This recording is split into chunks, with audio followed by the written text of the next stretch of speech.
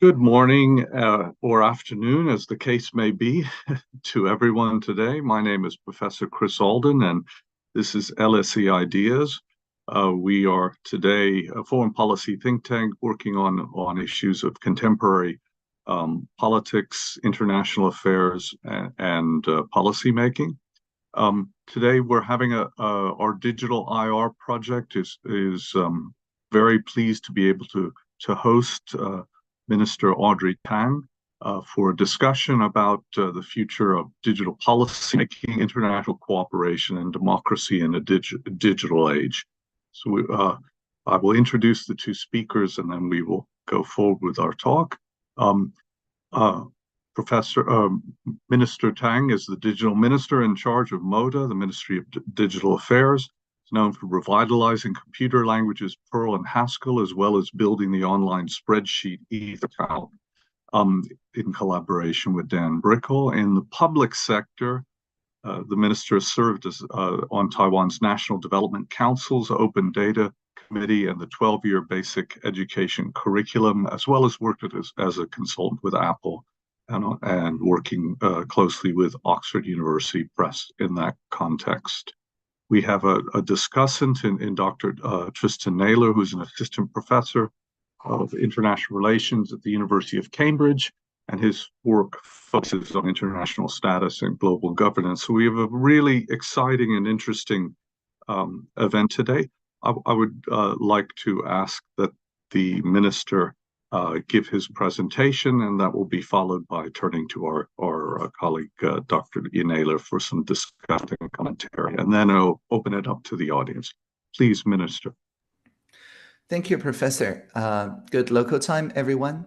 Very happy. It is my immense honor and privilege to deliver this talk at LSE Ideas. And today I'll share with you the development and strategy of Moda, the Ministry of Digital Affairs. Now, the Moda is very new. It's like a startup. We founded last August. And it is one of the very few ministries in the national government that combines democratic participation in the ministry proper, progress in the administration of digital industries, and safety in the administration of cybersecurity in the same ministry. So participation, progress, and safety are merged into a single ministry. And this is partly because of our experience encountering the pandemic. Basically, the task force in 4 different ministries and departments merged into a rapid response ministry. And it has been going on quite well with digital resilience for all as our main call to action. Next slide, please. Now, today, I will talk a little bit about our international efforts around digital democracy. I'll also discuss various topics related to the internet that is tomorrow, that is based on this idea of assistive intelligence or assistive AI, open source AI. I'll also talk a little bit about the progress side with our Taiwan Employment Gold Card in the digital field. And then I'll bring back the progress and safety and participation together in a summary. Next slide, please. Now, as I mentioned, Moda, the logo is can be read as Ministry of 0101, is about connecting the digital democratic networks across all sectors, particularly in light of the ever-evolving information and communication technology landscape. And so we don't make compromises or trade-offs between safety and progress. For each and every emerging technology, we aim through democratic participation to find what we call plurality or collaborative diversity, ways to interoperate for both the safety and the progress concerns, promoting co-creation from the tensions, from the conflicts. For example, during the pandemic, we have the privacy on one side and public health on the other, and then we overcome these using zero-knowledge cryptography and many advanced methods. And so we will continue to do so, turning conflicts into co-creation. Next slide, please. Now, as I mentioned, we're rather like a startup.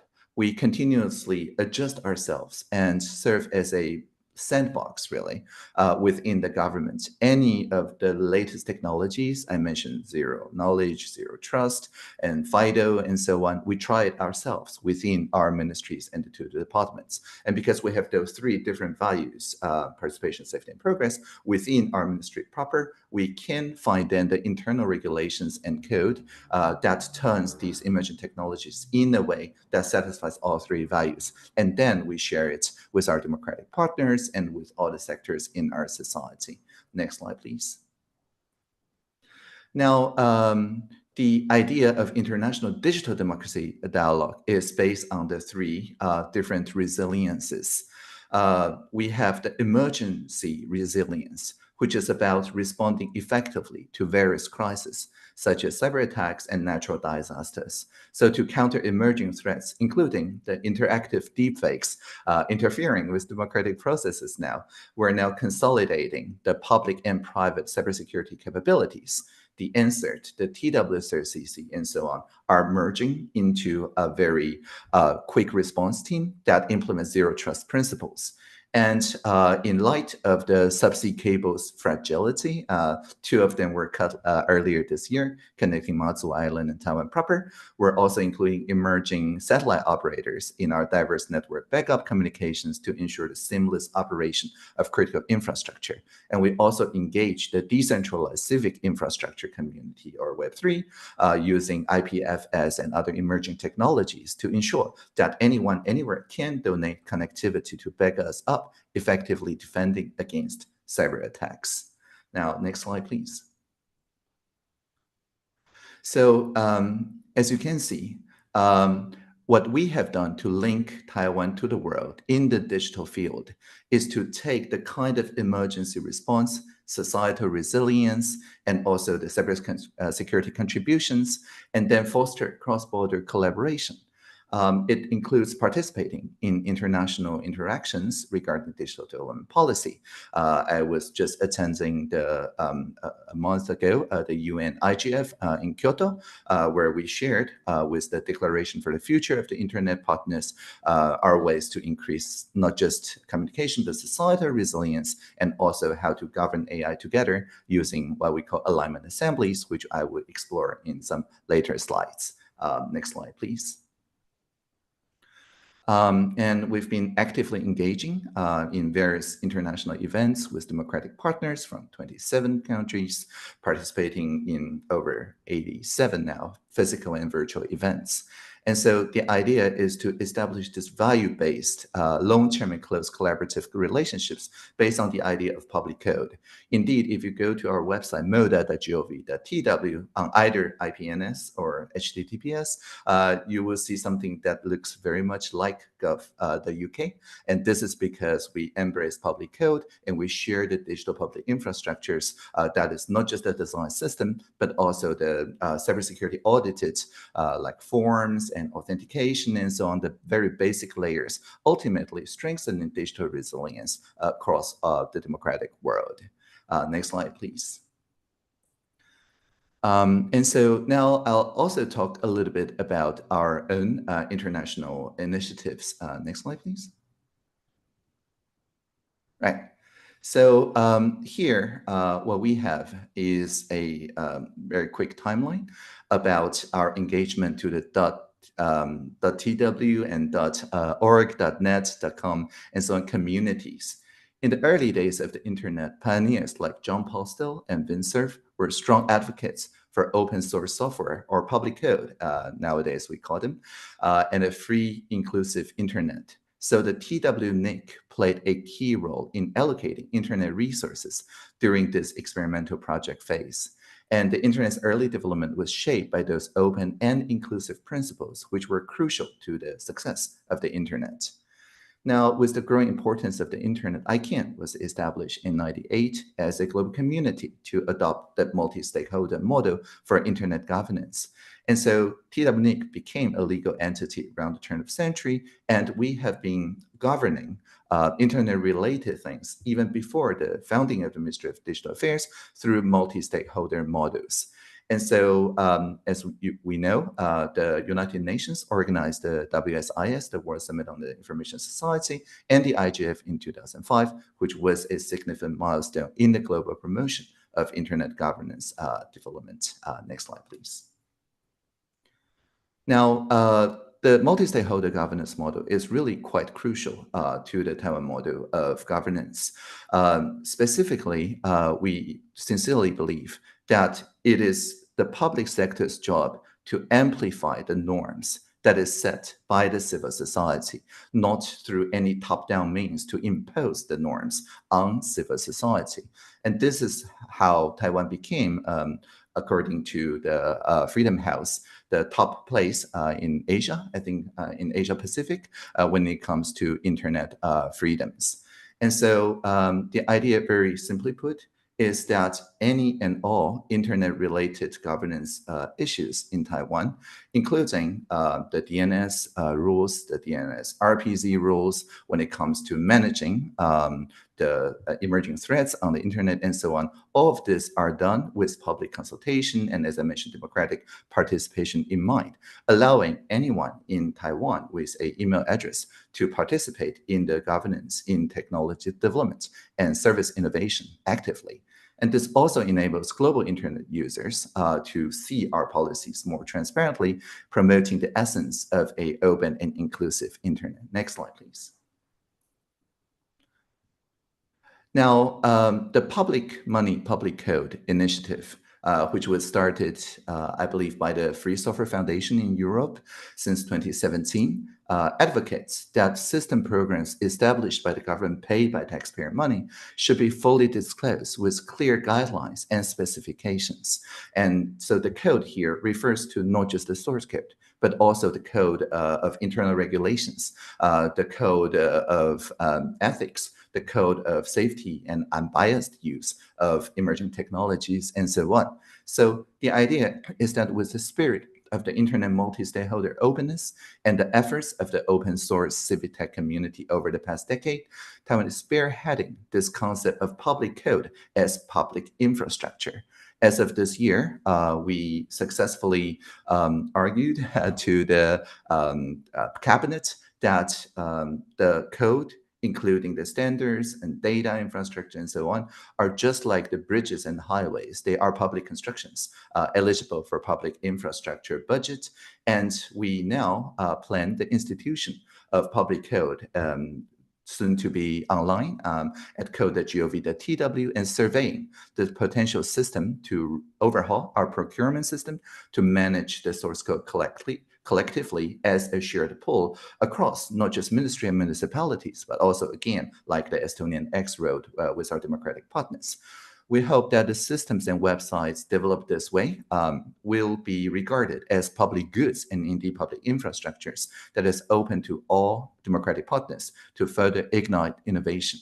And so technologist activists, instead of just forking the government, taking the government code and run a local copy, we can also merge back all the contributions and building everything with the real needs of the people.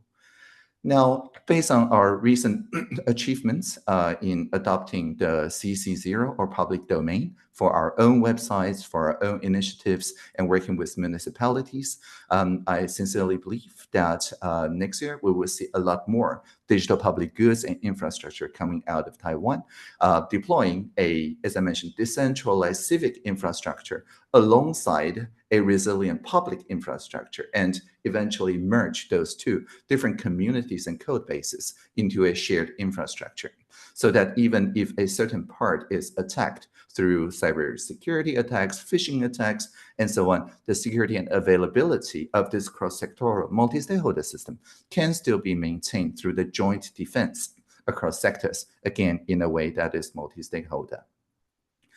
Now, we're also working with our own ICT industry players, the system integrators, and so on, so that the public can directly provide modification suggestions to the relevant agencies, so that imperfect parts do not need to wait for the next procurement cycle, but we can jointly create inclusive services for all communities. Case in point is tuning the AI systems to fit the more than 20 national languages in Taiwan, including indigenous nations, so that we can shape this digital infrastructure with the people, not just for the people. Next slide, please.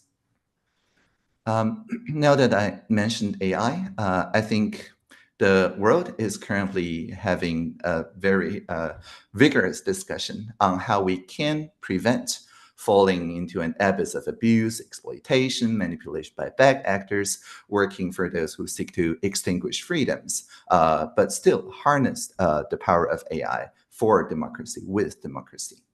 And so as one of the earlier signatories of the AI risk statement, I'm quite proud to stand with a large group of leading experts and public figures who recognize the serious challenges. And so we share the same viewpoint, that is to say, we need to mitigate the risk, not by a handful of experts, but rather by working with the people to discover the ongoing societal impacts and evaluations, mitigations, and so on in a way that is truly democratic. And so it's essential to consider, of course, the potential short-term harms like interactive deepfakes, which has the potential to unravel the trust that binds us together. But then it's equally important to apply AI so that we can coordinate with our cross-border partners to enhance information integrity, to build actual worked examples of people working together so we can counter even greater risks that is in the horizon. And so instead of just a few board members of Frontier AI Labs governing this technology, we think that AI should be designed in such a way that it can take real-time feedback from all people and use that feedback to self-tune, to adjust and learn. So we must establish an open, fair, and transparent mechanism for AI governance and usage to ensure that everybody has equal access and the opportunity to tune AI to its liking, to their liking. So how do we achieve this? Next slide, please. So in Taiwan, we're no strangers to thinking outside the box when it comes to building rough consensus and running code. And so the public can now in Taiwan participate in policy making also around our own AI models. Our science ministry is training the TAI, the Trustworthy AI Dialogue Engine, with the input, constitutional input of the people's constitution, of people's online and offline participation. And the idea here is that people can simply specify what they expect of the AI model, and then through a assistive deliberation, we can merge all those different viewpoints into bridge making and narratives that can then be used to tune AI in a way that fits the societal norms. It centers on equitable access as well as democratic participation. And so actually we launched with the Collective Intelligence Project, the alignment assemblies, and the reports from OpenAI with alignment assemblies and Anthropic has all been published. So I encourage you to take a look. Essentially, it's very encouraging. Anthropic showed that the people's constitution of AI resulted in a model that is equally capable, but even more fair than the default model that is designed by full-time researchers and experts on artificial intelligence. Next slide, please. So this is how it works in action. You can see the people's ideas, just like constellations in the sky, where people just speak in a deliberative workshop. And this system called Talk to the City can infuse all the transcripts, all the videos, and so on, and automatically portray them as clusters, which then turns into avatars that you can then have a real-time conversation. So it's like an executive summary that talks with you. And so you can present new situations, new scenarios, and so on, and have a brainstorming session long after the workshop is over. And also enables automatic discovery of bridging narratives that connects the democratic participation, safety and progress arguments, so that people can quickly laser focus on the common understandings and the common values instead of spending a lot more calories on the one or two polarizing issues. So this is like a social media that is actually pro-social, not anti-social. And so because of our investment on Policy and Talk to the City are, as I mentioned, public code and open source, you're welcome to just fork these on GitHub and also start your own collective intelligence project that can incrementally tune in AI. Next slide, please. So upon participation, I think the data on the deliberation serves two purposes. First, it helps the local communities to tune or fine-tune or distill their own models, that is open source AI or decentralization. And also on a national level, it helps the deliberation to inform our policies. For example, it is after the ideathon that we discover that the people of Taiwan expect the public sector to lead a pioneering role, to use generative AI in our own public sector everyday use, and then demonstrate, as I mentioned, through public code, how to use it in a way that can correct the biases and so on in real time, and avoiding the cybersecurity and privacy concerns by leading with edge AI that doesn't have as much as concerns as uploading all the private info into one or two cloud operators. So we expect a Cambrian explosion of experiments using this decentralized deliberative process, incorporating collective intelligence into technological development. Next slide, please. I think through this effort, we run into a lot of the teams that starts from a foreign country, but gets involved in the policymaking, democratic alignment in Taiwan, and so on. And so Taiwan has always been an important base for the digital world. And in order to invite more partners from the open source world to continue moving forward with us, we made a very special residency program. Basically, there's no need for a proof of salary, a proof of diploma. All we need is a proof of 8 years or more of open source contributions. And anyone who contributed to Wikipedia, to GitHub, to any of those Web3 publicly available ledger and so on are automatically then eligible for this all-in-one visa, which is not just resident visa that covers healthcare, but also covers for the spouse and children and so on. And it's good for 3 years. And if you renew once on the 5th year, we also invite you to hold a Taiwanese passport without giving up your original passport. So this is a strategy of inviting open source contributors to become also Taiwanese. Next slide, please.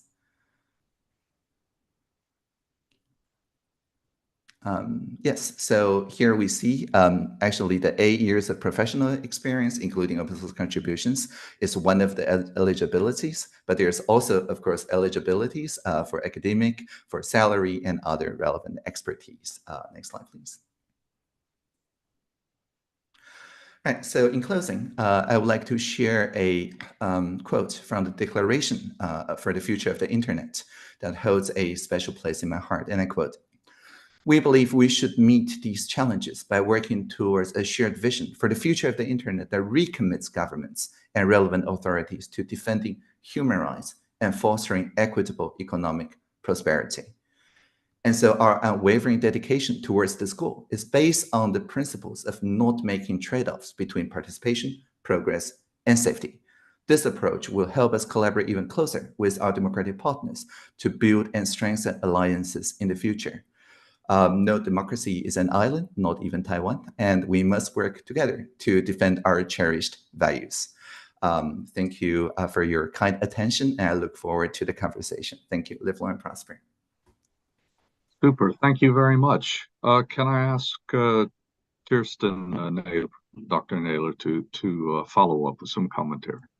Absolutely. Well, first and foremost, thank you for the invitation. Thank you for the opportunity to be here and minister for that wonderfully concise overview of such real pioneering ways of administering digital governance, but also just a state. And there's so many interesting ideas in there that I want to touch on. I'm not going to speak too long. I'm sure that there are more than a few questions in the audience, and I'd prefer to leave as much time for the audience as possible.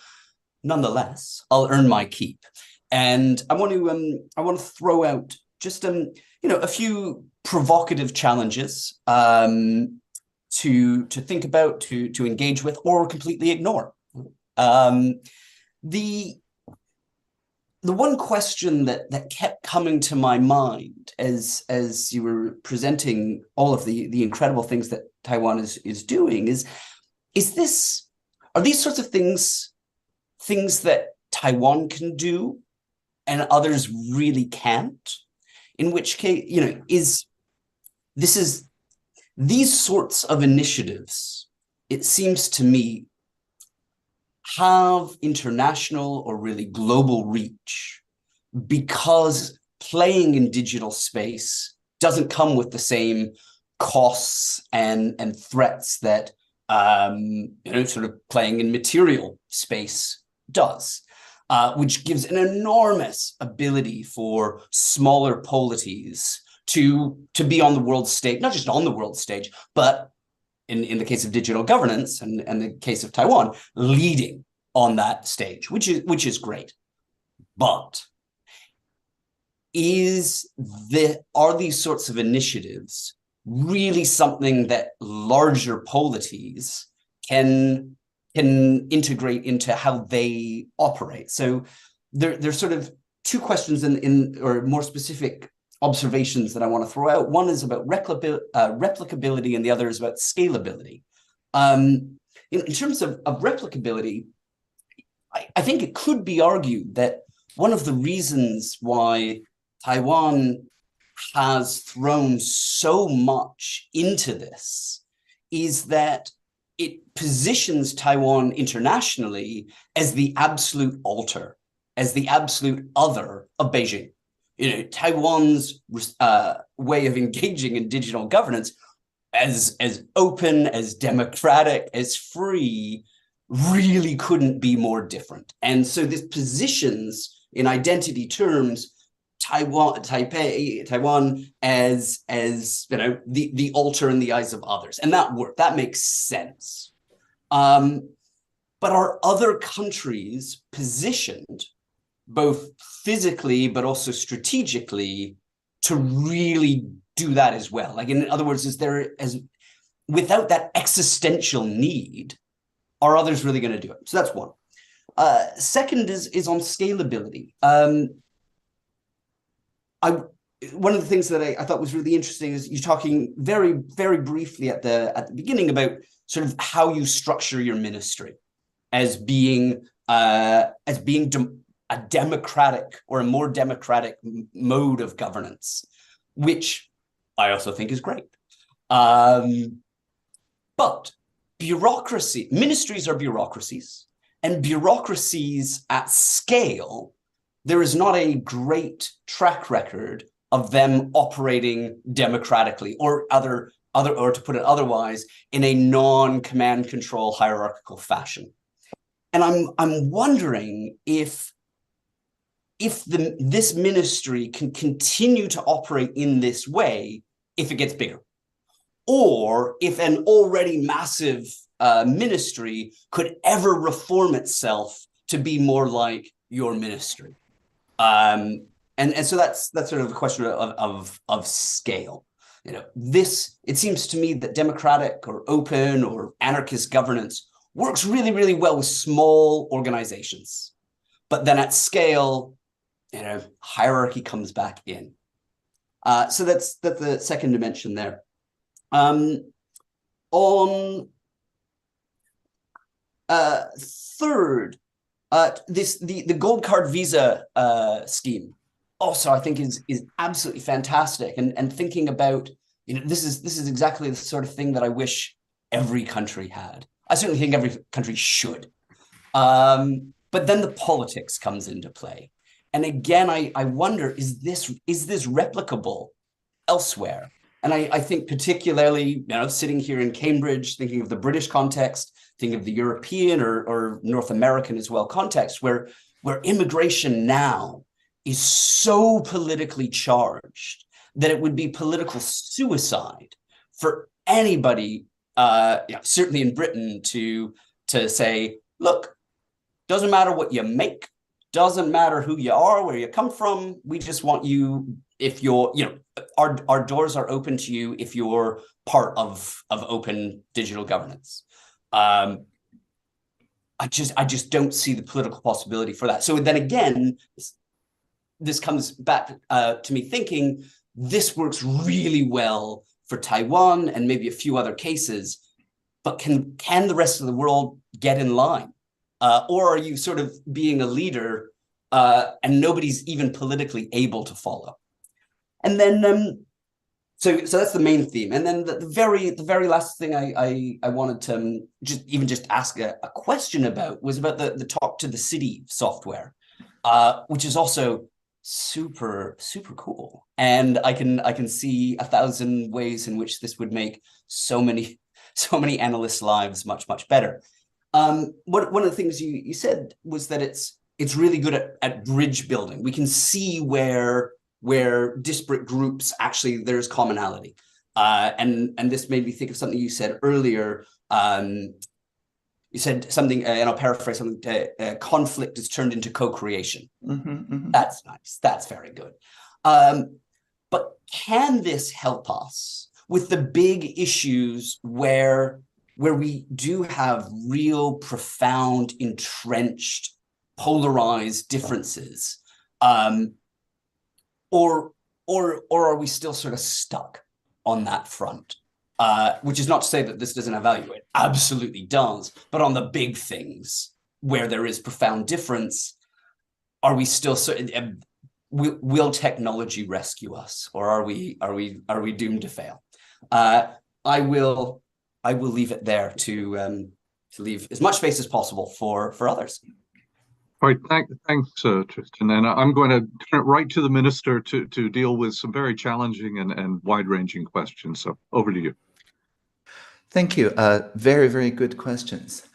Indeed, turning conflicts into co-creation makes a lot of sense in Taiwan because we're literally in the place where the Eurasian plate on one side and the Philippine Sea plate on the other bumps into each other all the time. There's on average 3 felt, mostly small earthquakes, like every day in Taiwan.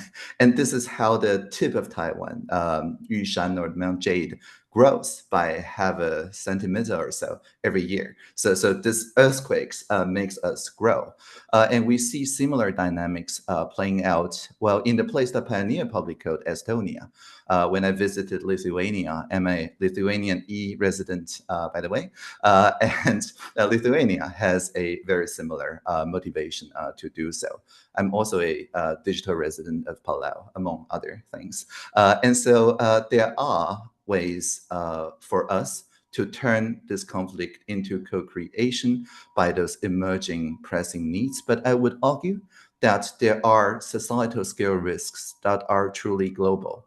For example, the Taiwan model of the mask and washing hands and zero knowledge contact tracing and so on gained prominence in the pandemic times because the virus knows no borders. And so is the AI deepfakes, information manipulation risks, and so on. So, and I see on the Q&A, somebody asked, why did we not put climate crisis at a extinction risk? It's because it's firmly on the top of the ladder.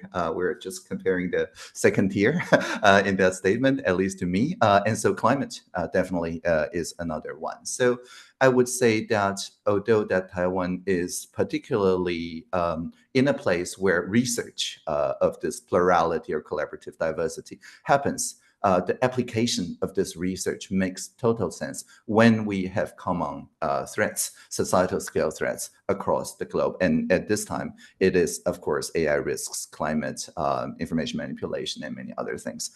And the second question about scale. So our ministry proper is around 600 people. And indeed, I run the ministry in a thoroughly co-creative way. We not just use collaborative documents, but actually anyone can sign a e-petition pseudonymously in our ministry. As long as they get 100 votes out of 600, I respond in my monthly live stream to whatever ideas that people brings. And we have very systemic ways to gather those democratic inputs. Now, the size of around 600 is at the kind of very edge of what this kind of fitting everybody's positions in a single room, in a single facilitator's head. Any more amount than that, then we're left with just structured representation of these, which is why I think technologies like Talk to the City or Polis is so important, because it let us retain the same fidelity of information to keep the same sort of nuance without losing the ability to scale. So this kind of nuanced conversation at scale really is only possible with assistive intelligence and language models, because a human brain simply cannot hold 1,000 different positions, which is why I think the idea of plurality, which is increasing collaboration while maintaining diversity, or increasing diversity while maintaining the degree of collaboration, is so useful. I'm actually co-writing a book on this very topic on plurality.net, so check it out. And finally, we were able to get the political buy-in for a gold card. I think because if people are going to cause trouble on the cyber domain, they're going to cause it anyway, whether they have a residency visa or not.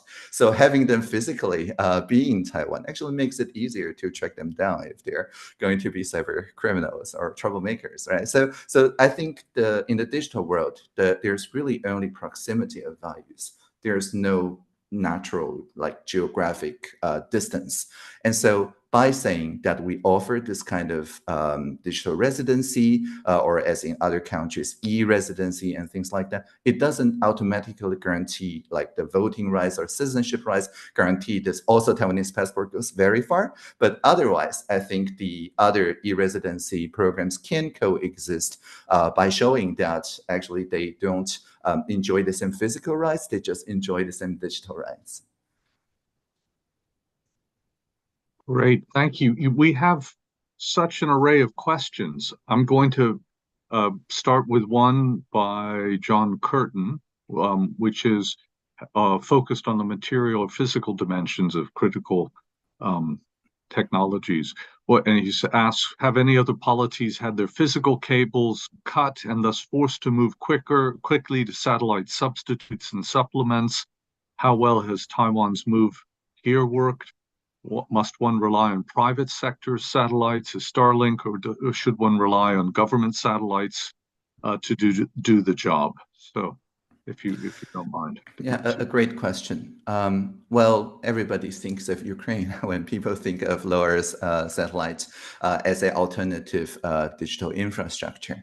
But Ukraine also showed that placing too much reliance on a single provider has its repercussions. And so in Taiwan, we believe in a plurality of providers. For public cloud, we already work with the local resilience computing centers of Google and Microsoft, and hopefully soon Amazon as well. That means that when the subsea cables are cut, and I say when, not if, around Taiwan, then those local resilience routings can keep most of the video conferencing and so on work if both sides are domestic. And in terms of satellite connectivity, we work with both geosynchronous providers, but also mid-Earth providers like SES, and also low-Earth providers like OneWeb.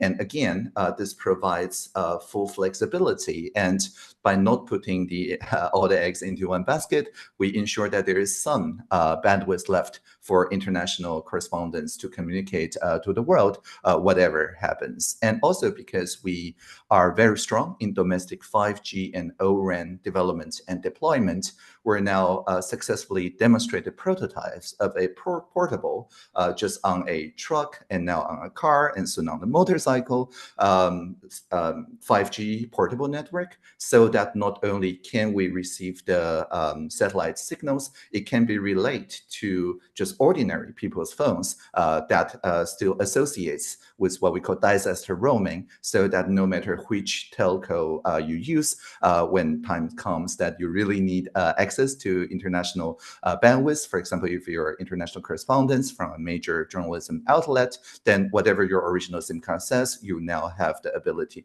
to livecast to the world. Before end of next year, we're going to have 700 of those points around Taiwan, and many of them will be portable. Excellent, very interesting, and forward-thinking, of course. I have another question from the Ditchley Foundation. Within the realm of digital policy, what are your opinions on the proposed draft provisions on regulating and promoting cross-border data flow in China and the USTR, withdraw of free cross-border data flow and data localization demands at the WTO?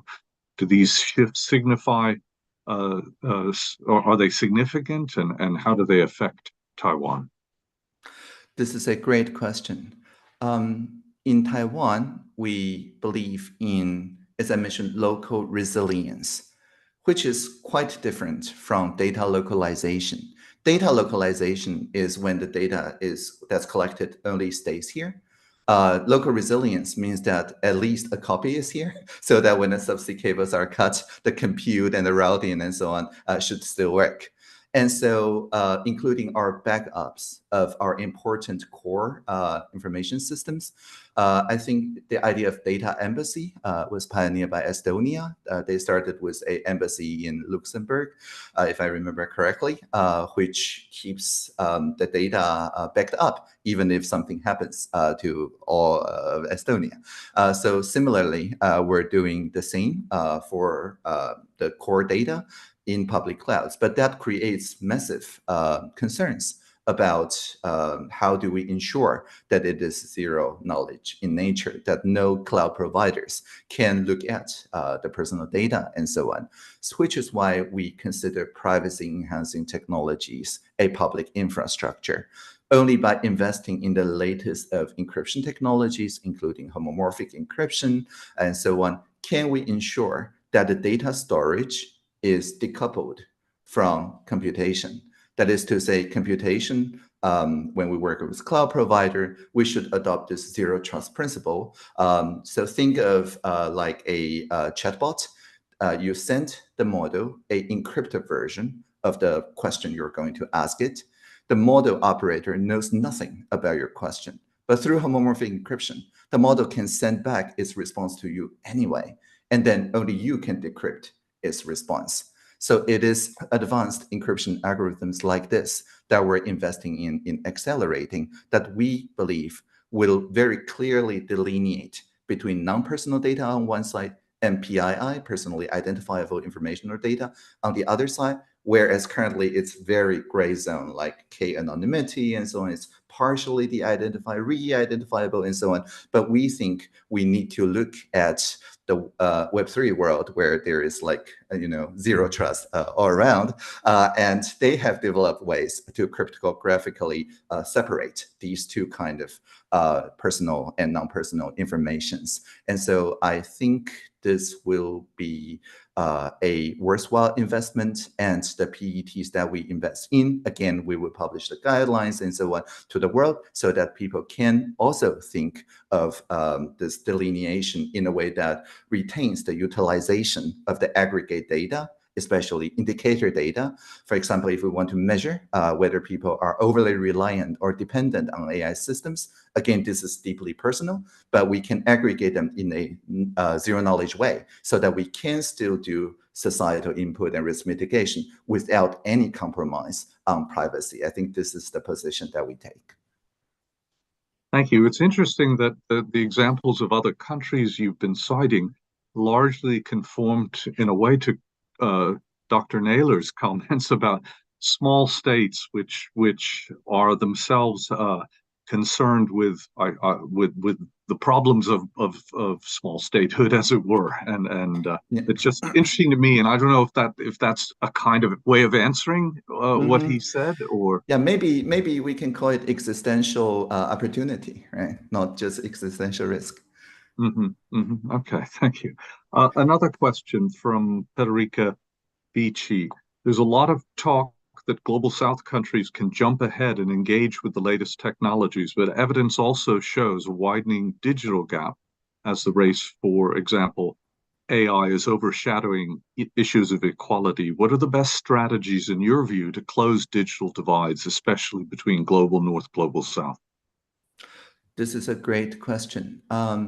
So before joining the cabinet, I worked on the basic education curriculum and also with the Oxford University Press to empower the majority world to co-create Siri-compatible right inputs. And indeed, that was because for many of these languages, there is simply no comparable economic incentive for the largest AI labs at that moment to crowdsource data in a way that will inform the development of those frontier models. And as I mentioned, in Taiwan, we have more than 20 national languages, 16 indigenous nations with 42 language variations. And any of those languages, if you try to ask a frontier language model about it, it outputs like complete nonsense.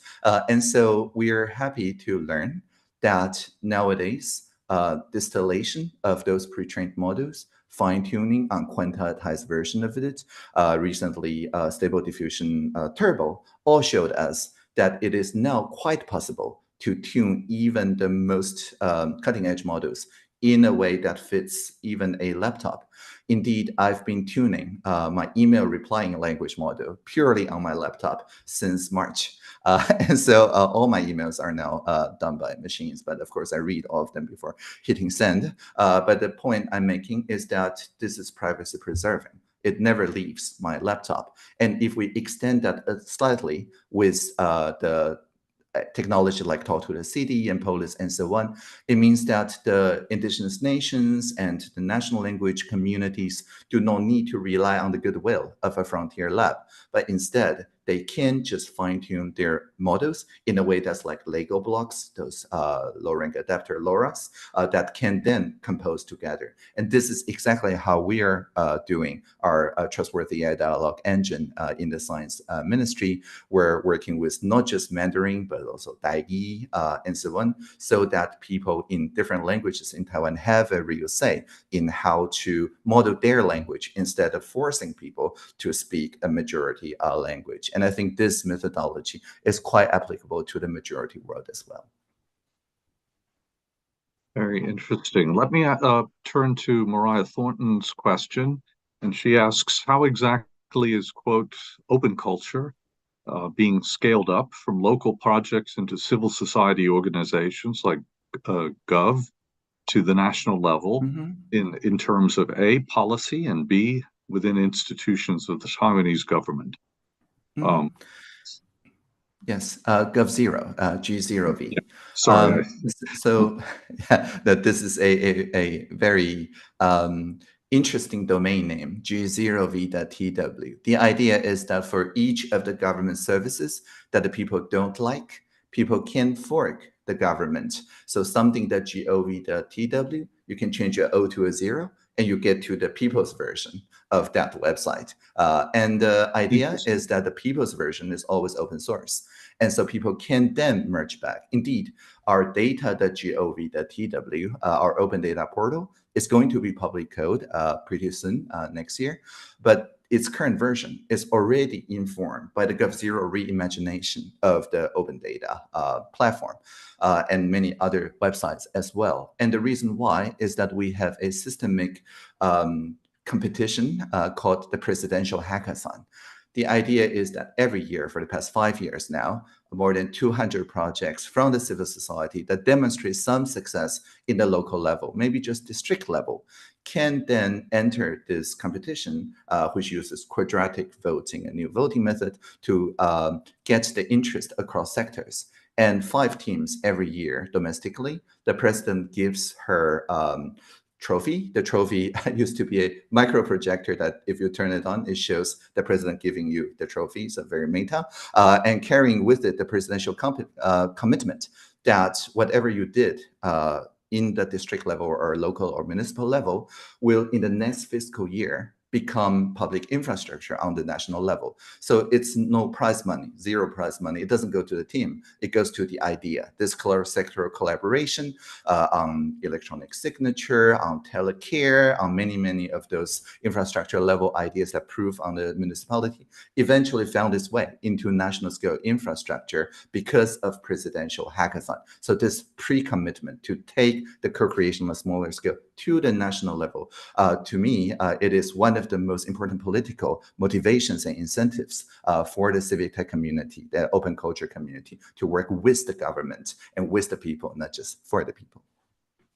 Just as sort of follow-up from that, though you've begun to speak to it, is are there particular government ministries that are you would recognize to be more successful at this process than others? And we're not to say about the others, but the successes in it, and why?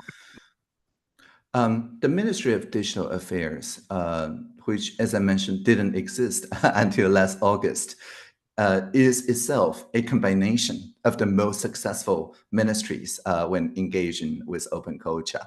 As I mentioned during the pandemic, the Electronic Services and E-Government Task Force in the National Development Council, responsible for open data and delivering services, and the part of National Communication Commission, the NCC, that works on universal access and the infrastructure level bandwidth allocation, the part of Ministry of Economic Affairs that works on platform economy, and the part of the Department of Cybersecurity that work on, as I mentioned, the privacy-enhancing technologies, including the zero-knowledge contact tracing system. So all these were the champions within their respective ministry and departments, and we work so closely together, literally having weekly iterations where we just get people's input and roll out new versions every Thursday, eventually became the new ministry.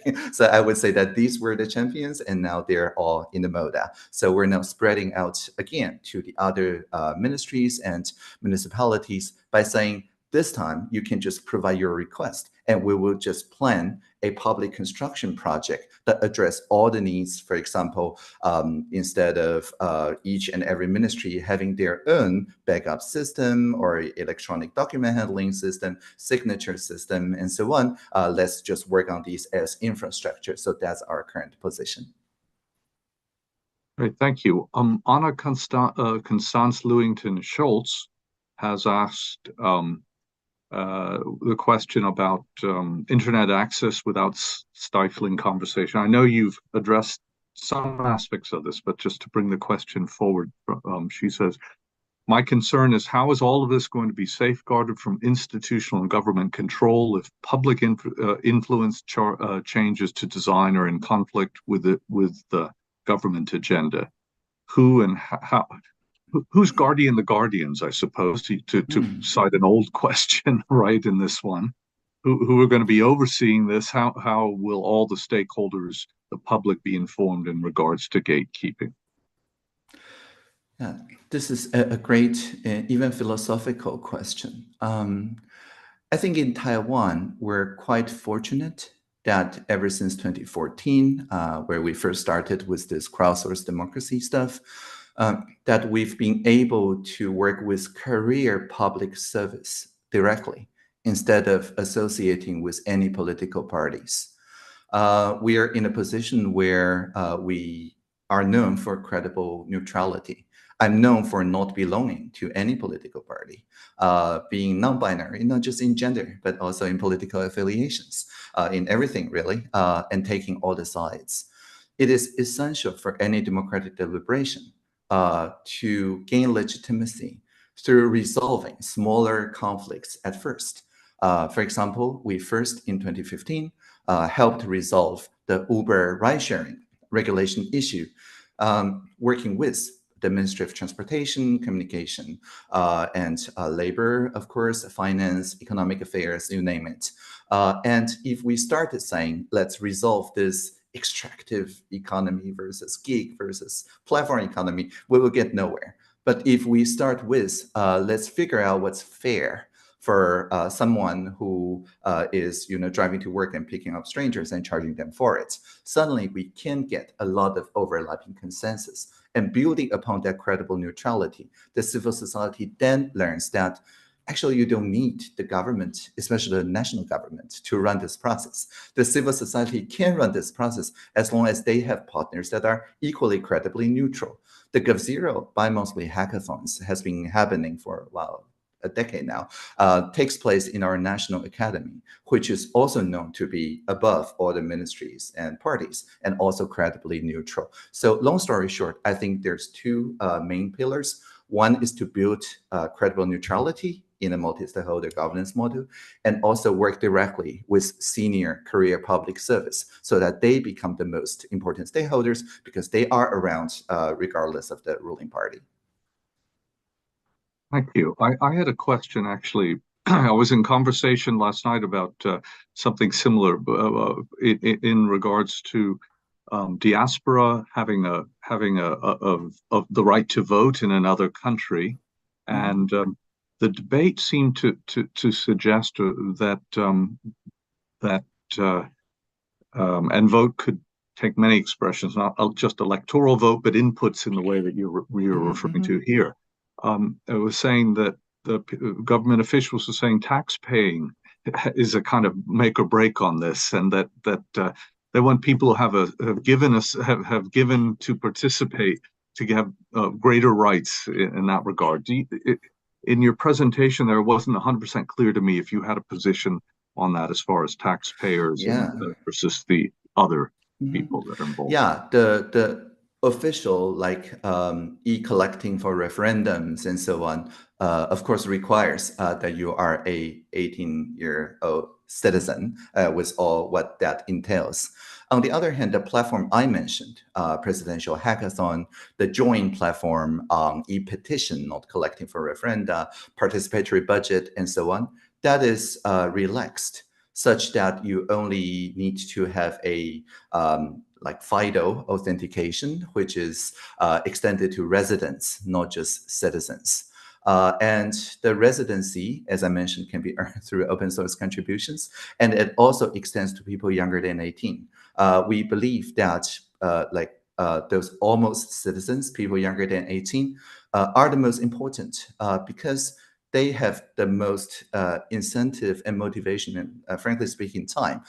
In the National Participation Platform, join the gov.tw, some of the most active petitions are started by people who are 18 and people who are 80, around 80 years old, because they also, have more time and care more about next generations. And so these are natural allies. And if we forbid people younger than 18 and residents, including expats, to participate, then we lose the important voices that are not going to be reflected equally well in the traditional representative democracy simply because they cannot vote for local city councilors. So a lot of our experiments in presidential hackathon and so on is about increasing the bandwidth of democracy and reducing the latency of democracy in a way that augments and complements, but do not replace referenda in the national level and the parliament itself. It basically informs them better, creates agenda better, sets priority for budgets better, but at the end, the decision-making power is still in the parliament and the national level referenda. Thank you very much. I'm sorry to say that what is a really interesting and dynamic discussion has to be drawn to a close because we're at the hour. Thank you very much, Minister Tang, for your sharing your thoughts and giving us insight into the details really and the thinking that accompanies Taiwan's digital initiatives in this area and governance questions. Thank you also to Dr. Naylor for joining us, for his contributions and the like, and most of all, thank you to the audience, both for their questions and also their joining us at this hour to hear something that is very important. On behalf of the Digital IR Project, We like to thank everyone on the back and of course LSE Ideas. Thanks to the ministry and colleagues and what have you. So thank you very much, and we look forward to staying in touch with you on these issues. Thank you. Thank you. Live long and prosper.